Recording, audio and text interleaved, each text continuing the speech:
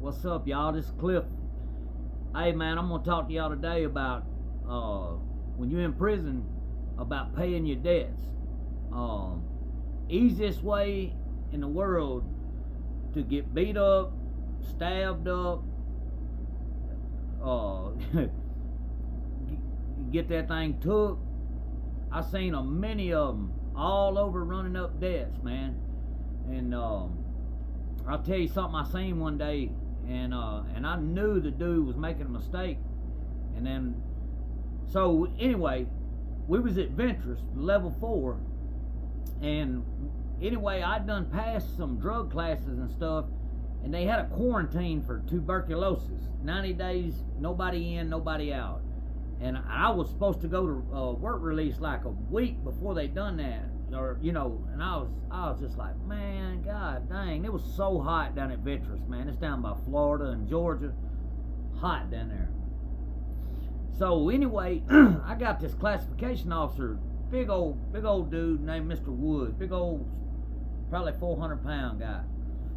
And man, he wasn't, man, you could go in there and knock on the door and, trying to find out like what's going on, like, you got community custody and you trying to get to work release, but you trying to figure out what's going on, because this man's in charge of all of that. So I remember I went to him one day and knocked on the door, and I was like, hey man, officer, or Mr. Woods, I was just trying to talk to you, man. Before I could even get it out of my mouth, he said, man, get your motherfucking ass out of my office. I was like, no, like, all right. But there was this white lady, and she was good looking. She was like 60-something year old, but she was good looking lady. She worked next to him, and she actually did my orientation when I come in, when I first hit the camp. And she kind of took like a liking to me. Like, she was always nice to me, and I'd always speak to her. And man, I'm just type dude. Like, I was always yes ma'am, no ma'am, yes sir, thank you, please, and you're welcome, all that, And so when the fat guy told me to get the hell out of his office, I just waited and went back the next day, and I went to that lady, and I told her, I said, ma'am, I said, listen, I said, I know you're not my classification officer, but like, I think I should have been going to work release. And I was like, I got next door, and I was like, he runs me off. She was like, let me see what's going on. So she gets on the computer, she typing in. She was like, yeah, I don't know why you still here. She was like, hang on a minute. She called Montgomery.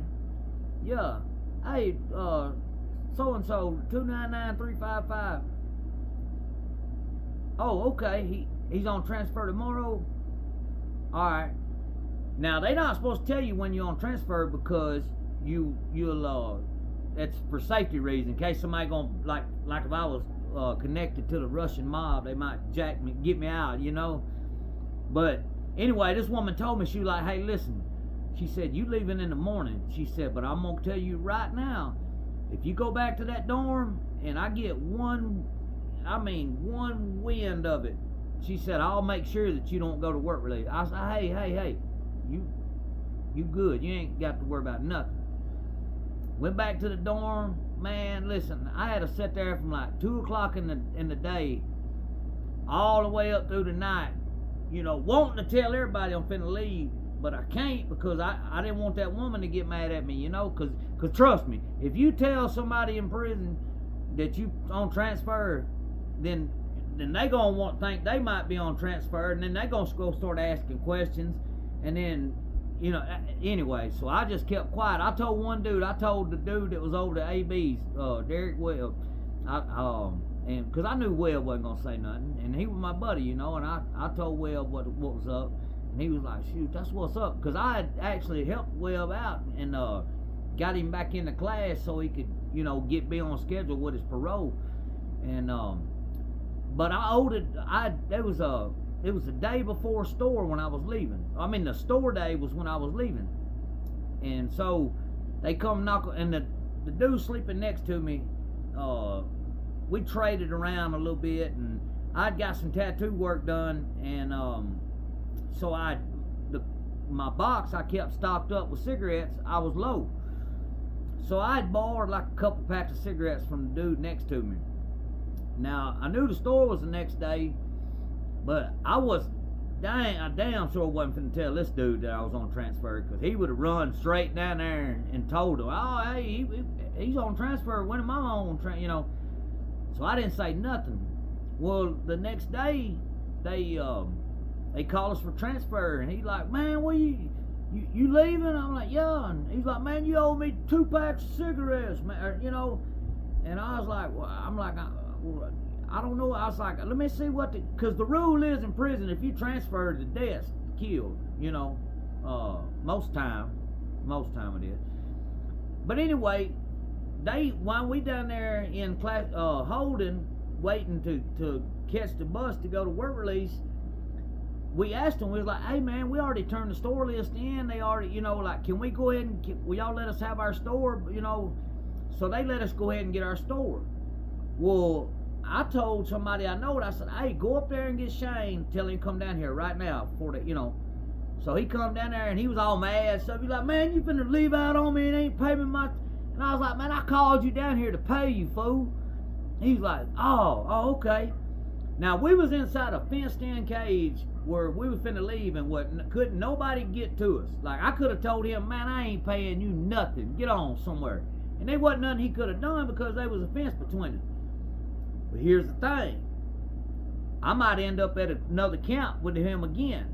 So, best thing to do is just go on, pay him right then and there. That way, if I ever run up on him again, I ain't got to worry about no static. I just, hey, what's up, man? But there was a dude in there with me, and he did that. He told dude, he said, no, man, I'm going to transfer. I'm going to need this. I ain't paying you.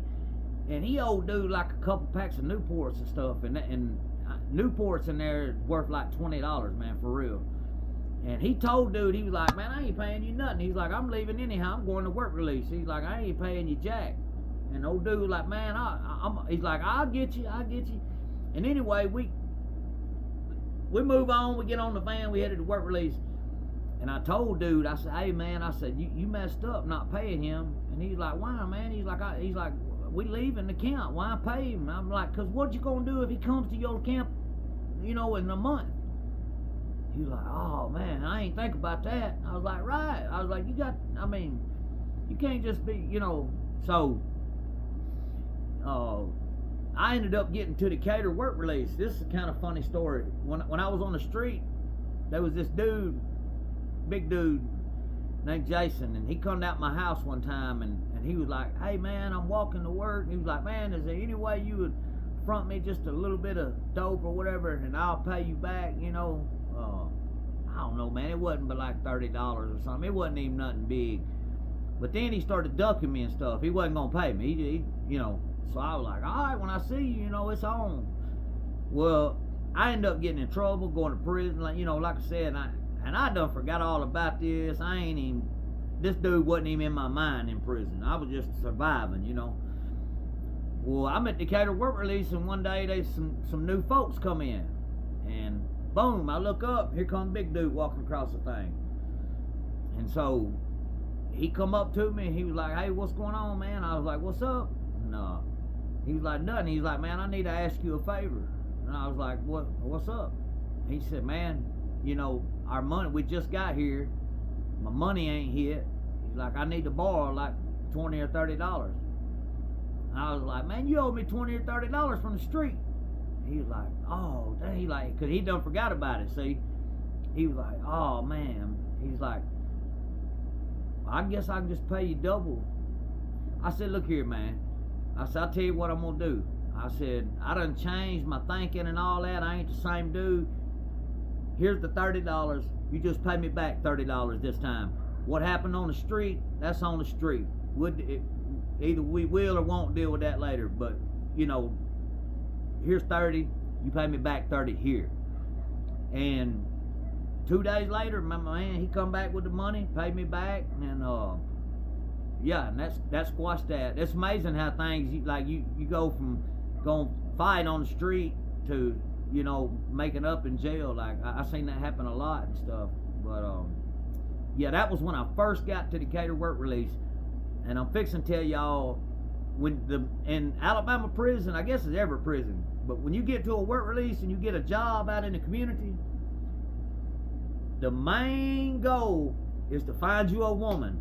You got to find you a girl and crack. You know what I'm saying? That's all everybody talks about. Oh, I got a little shorty over here at my job. On the lunch break, we'd be going out in the back, you know, or I got a little shorty.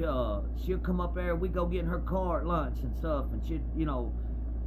And so I was like, all right, I got to find me one, and so I'll tell y'all about how I pulled it off on the next one. But all right, man. Hey, listen, if y'all like these videos, man, I would appreciate it, man, if y'all could like it and subscribe it, and if you don't mind, maybe even share it, man. I'm trying to get these things out there, and because I eventually want to help people, some younger people, from having to go through what I went through, for real, man. Like, I wasted 20 years of my life, man, and here I am now at 44-year-old trying to play catch up, and it's hard, man. It's so hard. And you know, if I could reach one person to prevent them from going through what I went through, putting themselves through it, like, yeah, some parts of life was hard on me, but most of the stuff, I made life hard on myself, for real. But all right, on the next one, y'all, I'm gonna tell you about my girl at the work release, and how I pulled it off. And all right, thank y'all, man. I'll see y'all.